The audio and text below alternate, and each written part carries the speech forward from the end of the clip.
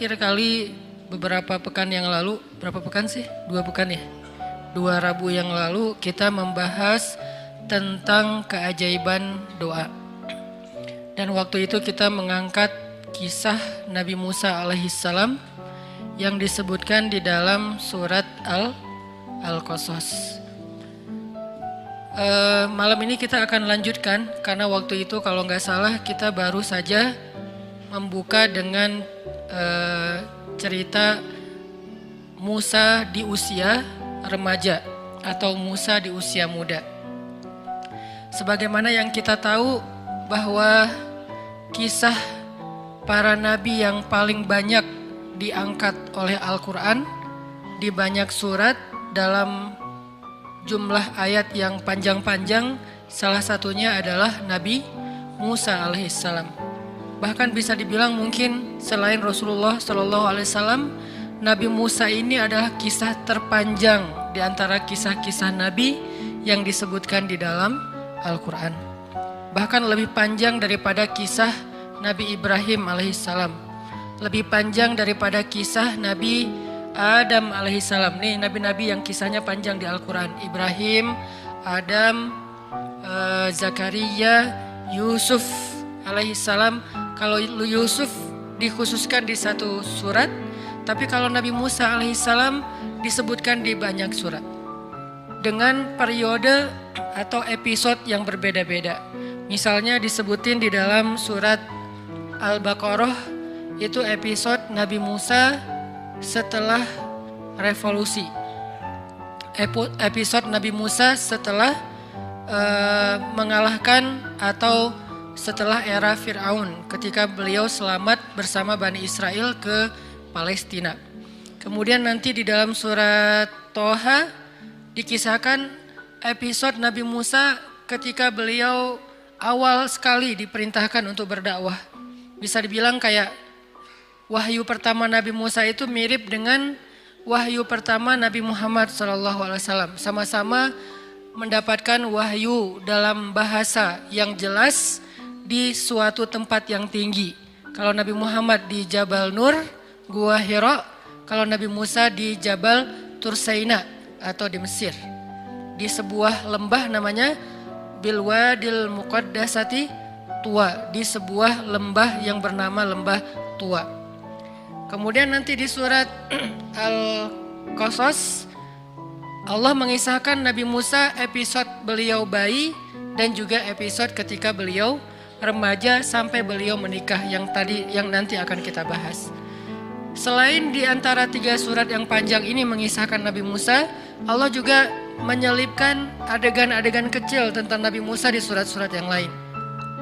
Misalnya di surat sebutlah Al-Isra, kemudian Al-Anbiya, kemudian surat Maryam, hanya beberapa selipan ayat ataupun hanya beberapa adegan-adegan kecil, tapi yang jelas Nabi Musa ini sering diulang-ulang di dalam Al-Quran, baik namanya maupun kisahnya.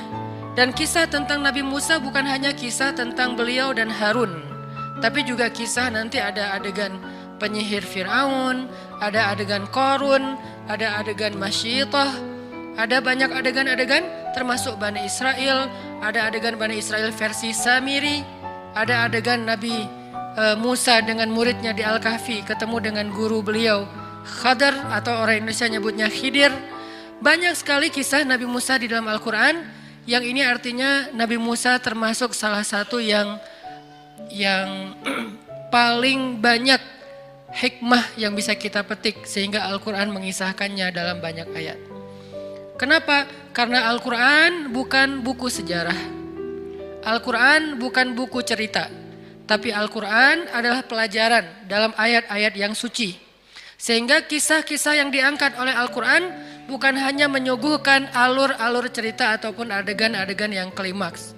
Tapi kisah-kisah yang diangkat oleh Al-Quran baik yang panjang ataupun yang sekilas saja pastinya termuat di dalamnya banyak hikmah, banyak pelajaran.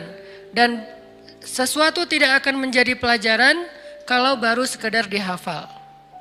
Sesuatu tidak disebut pelajaran kalau sekedar kita mendengar lalu menjadi tahu Dan itu namanya wawasan, tsaqafah. Sesuatu baru disebut menjadi hikmah, menjadi pelajaran ketika dia membentuk rasa. Pelajaran itu dimulai dari membentuk rasa, bukan hanya ketika dihafal atau sekedar diketahui. Itu belum menjadi ilmu. Kalau sekedar dihafal dan diketahui saja, maka orang yang tidak beriman juga bisa melakukannya. Tapi tidak merubah rasa apapun di hati mereka, di dalam perasaan mereka. Sedangkan tujuan Allah mengangkat kisah-kisah di dalam Al-Quran dan Nabi menyampaikannya di dalam sunnah, baik kisah beliau sendiri dalam bentuk adegan-adegan sirah maupun kisah-kisah sebelumnya dalam bentuk hadis-hadis yang panjang. Tujuannya apa? Supaya membentuk rasa di dalam diri kita. Rasa apa? Banyak. Dan semua perasaan ini termasuk di antara tanda-tanda iman. Di antara rasanya misalnya rasa suka dan tidak suka, like dan dislike atau hate. Apa yang kita suka dan apa yang kita tidak suka itu salah satunya dibangun oleh kisah-kisah Al-Quran. Sehingga kalau kita membaca kisah Nabi Musa lalu menjadi suka, jadi respect dengan kebaikan-kebaikan yang ditirukan oleh Nabi Musa, yang diajarkan oleh Nabi Musa, yang dicontohkan oleh Nabi Musa, berarti kita sudah mengambil pelajaran di situ. Tapi kalau kisah Nabi Musa sekedar kita ingat adegannya, tanggal dan tempatnya, nama-nama orangnya, wawasan statistiknya, maka ini belum tentu menjadi pelajaran. Dan itu juga termasuk kisah-kisah Nabi yang lain yang disebutkan di dalam Al-Quran. Contoh, kalau buat cewek-cewek, kisah Sayyidah Maryam, yang juga termasuk salah satu kisah paling panjang di Al-Quran. Bahkan sampai menjadi nama Suratu Maryam. Apa rasa yang dibangun lewat kita membaca kisah Maryam? Kalau kita hanya sekedar, oh Maryam itu orang Palestina, oh Maryam itu anaknya Imran, oh Maryam itu ibunya Isa, oh Maryam itu ponakannya Zakaria, oh ibunya Maryam itu sama ibunya Yahya itu adik kakak. Ini wawasan sejarah, belum menjadi ilmu sejarah. Terus apa yang dimaksud dengan ilmu sejarah? Ketika kisah Maryam itu membangun rasa dalam diri kita. Rasa apa? Minimal kita respect sama Sayyidah Maryam. Sehingga kita pengen wannabe, pengen jadi kayak Maryam buat cewek-cewek. Saya respect banget sama Maryam. Saya kayak ngefans banget sama Sayyidah Maryam. Kalau udah ngefans, kemudian kita pengen jadi seperti Sayyidah Maryam dalam beberapa adegan hidup kita. Kayak misalnya Maryam ini kan terkenal sebagai perempuan cewek yang sangat menjaga kehormatan ya. Sepanjang hidup beliau Allah takdirkan gak punya suami. Bisa dibilang salah satu ikon jomblo fisabilillah. Kenapa ada kata-kata fisabilillah? Karena menjaga diri dalam masa kesendirian kan. Karena ada yang fisabilillah, ada yang nggak fisabilillah gitu. Kalau yang nggak fisabilillah kayak misalnya pacaran, kemudian nauzubillah dia mendekati zina, ada yang sampai berbuat zina, ada yang berulang kali, ada yang selingkuh, ada yang zinanya sebelum menikah, ada yang bahkan setelah nikah. Ini kan nggak fisabilillah ya. Tapi kalau yang fisabilillah dia sih sendiri, single. Mau bilang jom nggak kayak gimana gitu. Dia single gitu lah ya, dia sendiri, tapi dia tetap mampu menahan dirinya, menahan hawa nafsunya sampai menjadi seorang perempuan yang terjaga kehormatannya. Jangankan cowok lain, suami aja nggak ada yang bisa menyentuh Maryam. Sampai suami aja nggak diizinkan menyentuh Maryam sehingga nggak punya suami. Sehingga dalam kondisi seorang cewek masih masa sendiri, belum punya pasangan, masih ABG, masih remaja, maka Maryam harusnya jadi idola dia banget. Saya pengen jadi kayak Maryam. Kayak gimana? Sedikit kenal dengan cowok. Kalau nggak karena ada urusan penting, mungkin tugas kuliah, itu juga bukan modus ya. Mungkin karena pekerjaan atau bisnis, mungkin karena memang dia adalah bagian dari suatu urusan yang darurat, maka saya nggak kenal dengan cowok kecuali emang ada kepentingan. Minimal gitu nih, nggak perlu sampai nggak kenal cowok sama sekali kayak Sayyidah Maryam kan nggak kenal cowok kecuali 3 orang ya. Pamannya, kalau ayahnya kan emang gak kenal karena meninggal sebelum Maryam lahir. Pamannya, anaknya, ponakannya, Zakaria, Isa dan Yahya. Cuman itu doang yang dikenal oleh Sayyidah Maryam. Jadi kalau kita periksa list kontaknya tuh nama cowok cuma ada 3. Mungkin kita nggak harus sesaklek, pokoknya nggak boleh lebih dari 3 ya. Kenapa? Soalnya Maryam cuma 3, nggak gitu-gitu amat juga sih.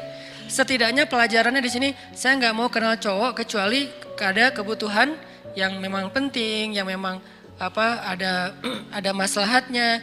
Itu juga dengan menjaga batasan. Kemudian nanti dengan cowok itu nggak terlalu berlebihan, nggak terlalu dekat, nggak curhat kepada cowok. Sampai seganteng apapun cowoknya, sebaik apapun cowoknya, dia nggak akrab gitu. Kayak Maryam dengan Jibril. Jibril kan ketika turun menemui Maryam, fatamassala laha basyaron sawiya. Jibril menjelma sebagai seorang basyaron sawiya, cowok keren. Itu namanya terjemah syabab, terjemah anak muda. Yang mungkin sebagian dai tidak berani menerjemahkan Al-Quran dengan terjemah anak muda. Ya nggak apa-apa lah, mungkin jadi yang agak unik atau aneh mungkin lebih tepatnya. Terjematus syabab terhadap Al-Quran. Apa arti basyaron sawiyah? Kalau terjemah Quran yang baku itu laki-laki yang sempurna. Bahasa kita apa? Cowok keren. Karena ideal, sempurna banget. Nggak berlebihan, nggak juga pas-pasan. Kalau berlebihan misalnya hidungnya terlalu mancung sampai miring gitu kan ya. Ini berlebihan. Nggak juga hidungnya terlalu tawadu gitu. Ini Jibril fatamassala laha basyaron sawiya. Jibril itu jadi cowok keren. Arti cowok keren ideal banget. Hidungnya ideal, matanya ideal, alisnya ideal, rambutnya ideal gitu. Nggak tahu ya, cuman beberapa cerita tentang rambut Nabi Isa, Nabi Muhammad kan rata-rata rambut sepundak ya. Dan ada agak-agak ikal kan. Mungkin kalau genrenya agak-agak reggae gitulah kalau di anak muda gitu. Jadi keren gitu. Nah, Jibril datang menemui Maryam menjadi seorang cowok keren. Bukan wujud aslinya Jibril. Kenapa nggak dengan wujud asli aja? Yang pernah melihat Jibril dengan wujud asli itu sedikit. Salah satu di antara yang sedikit, di antara manusia, cuman Rasulullah SAW. Itu juga 2 kali menurut sebagian besar riwayat. 2 kali doang. Sisanya Nabi kalau ketemu Jibril tadi jadi cowok keren. Saking kerennya Jibril, Umar aja terheran. Umar itu agak idealis dan punya standar yang tinggi tentang cowok keren. Itu Umar. Buat dia cowok keren itu harus gagah, harus keker, harus tinggi. Ininya bahunya, bidangnya tuh harus lebar. Cowok keren dalam standar Umar itu tinggi. Jadi susah untuk disebut keren di mata Umar. Tapi Jibril bikin Umar gak berkedip. Kira-kira sekeren apa nih Jibril? Bikin Umar gak berkedip ketika Jibril datang sebagai cowok keren. Lalu duduk di depan Nabi dengan pakaian yang bersih, rapi. Gak ada leceknya sedikit pun. Sampai Umar komennya, kami gak kenal dia. Seolah-olah dia bukan orang Madinah. Tapi di pakaiannya nggak ada bekas-bekas safar. Arti nggak ada bekas safar itu nggak ada leceknya. Kita kan naik motor juga, bukan cuma baju yang lecek, sampai muka juga lecek gitu kan ya. Kenal pot lah, apalah. Saya juga suka ngelihat gitu. Kalau saya sering naik memotoran beberapa hari, akhirnya muka saya, kenapa saya jadi agak-agak susah diedit gitu teh. Kalau biasanya naik mobil, karena misalnya mungkin gak terlalu macet naik mobil, masih bisa lah pakai kamera depan gitu kan ya. Tapi kalau pakai motor, kamera depan juga gak bisa. Artinya lecek banget mukanya nih. Jadi kalau mau ngajar naik motor pasti udah lecek banget. Tapi Jibril alaihissalam datang dengan pakaian yang tidak lecek, apalagi wajahnya. Pakaian aja yang gampang kusut, gak kusut sama sekali. Gak ada bekas lipatan sedikit pun di pakaiannya, seolah-olah dia bukan perjalanan jauh. Tapi kalau dia bukan perjalanan jauh, dia bukan orang setempat. Gak ada yang kenal, tetangga siapa ini orang, tinggal di sebelah mana. Karena gak ada yang kenal, sehingga sahabat heran. Bukan orang sini, tapi gak ada bekas-bekas perjalanan jauh, itu kan keren banget. Sehingga Umar dengerin aja, dia tiba-tiba duduk di depan Nabi, menautkan lututnya dengan lutut Nabi, ketemu gitu, ngobrol sama Nabi, wajahnya berseri-seri, dia tersenyum, bertanya kepada Nabi, sebutin apa Islam, sebutin apa iman, sebutin apa ihsan, kapan terjadi kiamat, apa tanda-tanda kiamat. Setiap dia bertanya, dia membenarkan, dia bertanya, dia membenarkan, sampai setelah itu dipeluk Rasulullah oleh laki-laki itu, dia pun pergi. Sahabat masih diam aja, mereka takjub melihat ini cowok keren banget. Nggak tahu di situ ada cewek-cewek atau enggak. Kebayang kalau di zaman sekarang Jibril turun, wah, bisa pingsan. Yusuf aja bisa pingsan apalagi Jibril. Karena Yusuf gantengnya ganteng-ganteng nabi. Kalau Jibril ganteng-ganteng malaikat. Kebayang gak tuh gimana gantengnya. Nah, cowok sekeren Jibril datang ke dalam sebuah mihrab. Maryam lagi sendiri di situ, ABG, usia sekitar 20-an tahun. Artinya anak remaja banget, lagi semangatnya, lagi kalau zaman sekarang tuh lagi pengen kenal lebih banyak orang, lagi pengen cari ekspresi dirinya kayak gimana, lagi pengen diakui. Usia 20-an tahun, dia lagi duduk sendiri di sebuah kamar, tempat dia beribadah, tiba-tiba datang cowok kerennya keren malaikat, bukan keren para nabi lagi. Jibril alaihissalam. Dan Allah yang bilang keren. Allah kan juga, kalau standar Allah lebih tinggi lagi dong. Standar Umar aja udah tinggi, apalagi standar Allah. Allah gak akan bilang keren kalau gak benar-benar keren. Allah sendiri yang mengatakan, basyaron sawiyan. Laki-laki yang sawiyan itu artinya ideal. Semuanya pas. Gak ada yang lebih, gak ada yang kurang. Keritingnya gak keriting-keriting amat, sampai lalat aja nyasar misalnya. Enggak juga lurus-lurus amat sampai jadi perosotan, enggak juga. Jadi artinya benar-benar ideal, sawiyan, pas gitu. Putihnya pas, enggak sampai terlalu putih jadi agak diragukannya cowok apa cewek ya gitu kan ya. Ini pas banget, putihnya putih maco gitu. Tapi enggak terlalu dark juga gitu. Enggak terlalu doff lah. Ini nih cowok paling ideal, nggak bisa dibayangin pastinya. Tapi yang penting Allah bilang ideal berarti udah ideal. Basyaron sawiyan berarti keren banget. Ketika ketemu Maryam sebagai wujud seorang laki-laki cowok yang keren banget, Maryam membuka matanya ngelihat ada cowok di depannya. Apa kalimat yang keluar dari lisan Maryam? Spontan, bukan kayak pencitraan ya. Auzubillah, enggak gitu. Ini benar-benar spontan. Auzubirrahman. A'udzubirrahman. Bahasa lain dari a'udzubirrahman itu a'udzubillah. Aku berlindung kepada Allah. Jadi ngelihat cowok sekeren Jibril aja berlindung kepada Allah. Kita belum juga seperti Jibril, bahkan belum seperti Nabi Muhammad, belum seperti Nabi Yusuf. Biasa banget lah. Udah nggak ada perlindungan gitu. Udah hilang semua perlindungan. Ini artinya berarti kalau kita membaca kisah Maryam dan mau mengambil pelajaran, bangun rasa itu. Rasa apa? Rasa pertama ngefans sama Maryam kalau buat cewek nih. Kedua, pengen jadi seperti Maryam.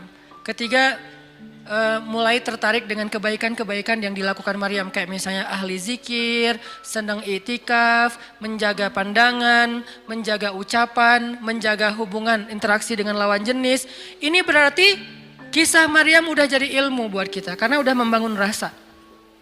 Tapi kalau kisah Maryam kita cuma hafal surat Ali Imran, kita hafal surat Maryam, kita hafal surat-surat tentang kisah Sayyidah Maryam di tempat yang lain, berarti kita belum menjadikan itu sebagai ilmu, baru sekedar menjadi wawasan. Makanya teman-teman, kalau kita mau mengambil ilmu atau hikmah dari kisah para solihin yang ada di dalam Al-Quran, cobalah jadikan apa yang kita baca, apa yang kita dengar, apa yang kita renungkan dari kisah-kisah itu menjadi rasa di dalam hati. Udah berasa belum? Rasa apa Ustadz? Tadi minimal banget rasa respect ataupun ngefans sama tokoh-tokoh solih yang ada di sini.